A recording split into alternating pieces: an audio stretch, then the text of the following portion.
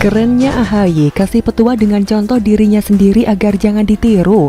Ditulis oleh Widodo Ekspedisi War.com. Halo, selamat menyaksikan channel Tanda Seru.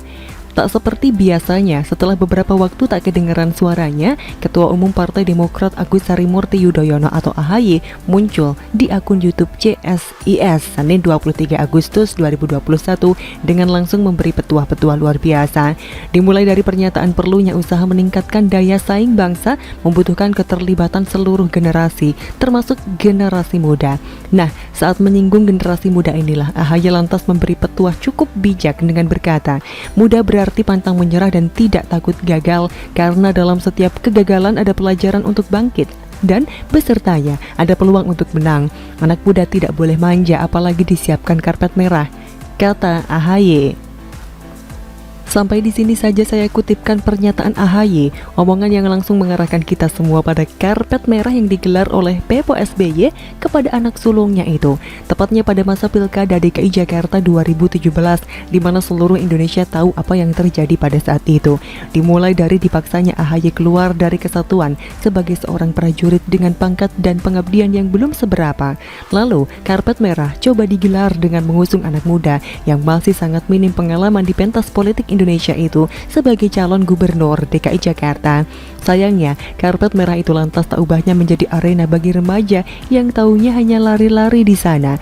Tak ada yang bisa ditawarkan secara berarti pada warga Jakarta, sehingga AHY langsung tersingkir pada putaran pertama usai coblosan. Publik pun mungkin hanya bisa mengingat aksi mosing dari Kakanda Ibas tersebut yang sama sekali tak berguna bagi penguatan perolehan suaranya saat coblosan Pilkada DKI Jakarta 2017 silam.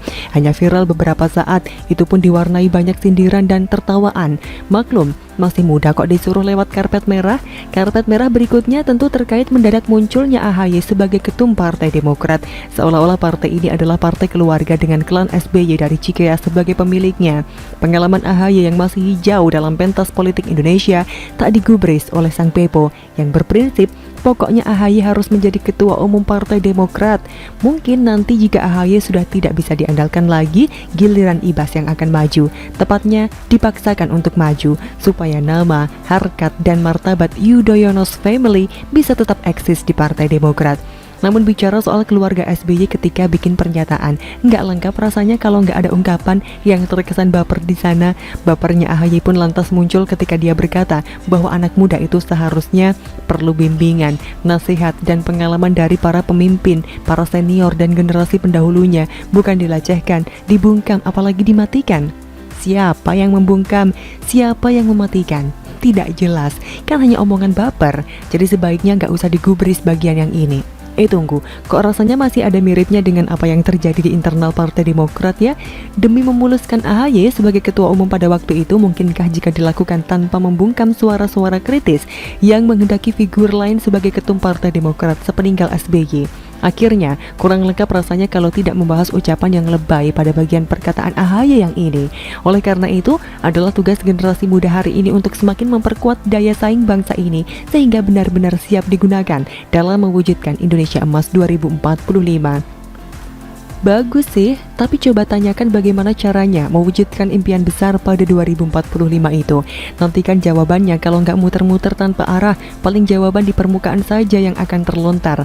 Akan tetapi terlepas dari semua itu, kita tetap perlu memberi apresiasi karena AHY terkesan sudah memberikan pernyataan sekaligus memberi contoh nyata mengenai nasib anak muda yang terlalu cepat diberi karpet merah akan jadi seperti apa, khususnya dalam kurun waktu 4 tahunan terakhir yang rekam jejaknya bisa kita temukan di berbagai pemberitaan online maupun media sosial. Terima kasih Mas AHY, teruslah berkarya meskipun hasilnya bikin baper dan prihatin. Semoga partaimu tidak nyungsep pada Pileg 2024 nanti ya. Begitulah kura-kura. Bagaimana menurut Anda?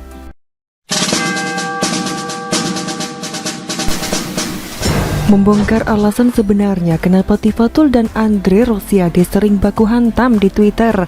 Ditulis oleh Ferry Padli di War.com. Halo, selamat menyaksikan channel Tanda Seru. Berkelahi atau baku hantam di dunia nyata memang tidak dibolehkan karena berpotensi mencederai atau bahkan bisa menyebabkan hilangnya nyawa seseorang. Sudah banyak kok orang yang tewas pasca berkelahi, kadang salah satunya yang tewas, kadang kedua-keduanya yang meninggal dunia. Akibatnya si istri menjadi janda dan anak menjadi yatim. Dan bagi yang menang bukan berarti permasalahan selesai, tapi muncul masalah baru, yakni harus berurusan dengan hukum. Membunuh itu ancaman hukumannya puluhan tahun penjara loh. Belum lagi perasaan was-was datang setiap hari lantaran khawatir keluarga korban balas dendam. Selain itu, di stigma sebagai pembunuh itu bukan enak. Orang akan mikir 1000 kali untuk mau dekat atau menjalin hubungan dengan mantan pembunuh. Jadi fix, tidak salah peribahasa lama mengatakan kalah jadi abu, menang jadi arang. Karena di antara kedua belah pihak yang berkelahi, baik yang menang maupun yang kalah tidak ada yang diuntungkan. Itulah kenapa musyawarah mufakat itu penting untuk dilakukan serta prinsip win-win solution penting untuk dikedepankan. Namun di zaman yang serba canggih seperti sekarang ini, dengan kemajuan teknologi informasi yang begitu pesat, ada juga loh baku hantam yang sekeras apapun tapi tidak mencederai fisik, sehingga sudah bisa dipastikan pihak yang berkelahi tidak akan ada yang masuk rumah sakit ataupun sampai meninggal dunia. Baku hantam tersebut adalah baku hantam di dunia maya. Ini sering banget terjadi di sosial media, khususnya di Twitter. Apalagi menjelang Pilpres 2019 lalu, tawuran di Twitter nyaris terjadi setiap hari. Sekarang saja sudah agak reda lantaran Prabowo dan Sandi masuk kabinet Jokowi.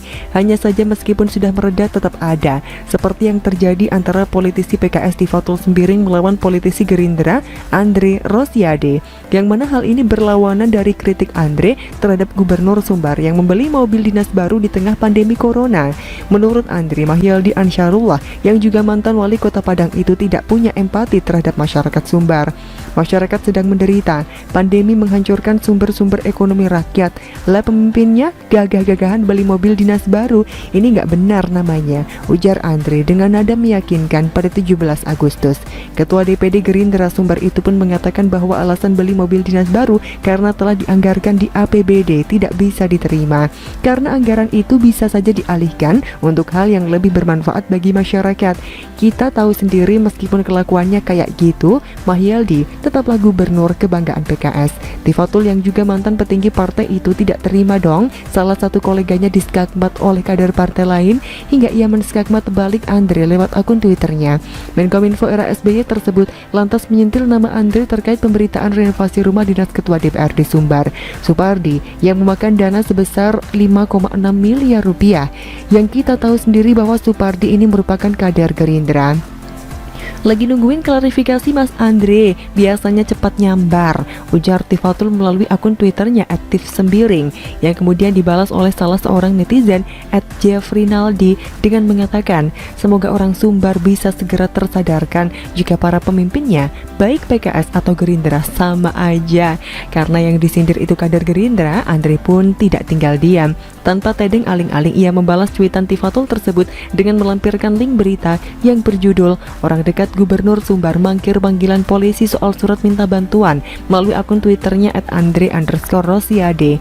Pak Tifatul yang ngeblok saya, mohon infonya, ada apa ya ini? Ditunggu klarifikasinya, ujar Andre dengan nada seperti tanpa bersalah. Baru tahu kalau ternyata Tifatul Sembiring yang juga mantan presiden PKS itu nggak gentle. Terbukti ia yang ngajak Andre Rosiade tweet war, tapi akun Twitternya malah diblok.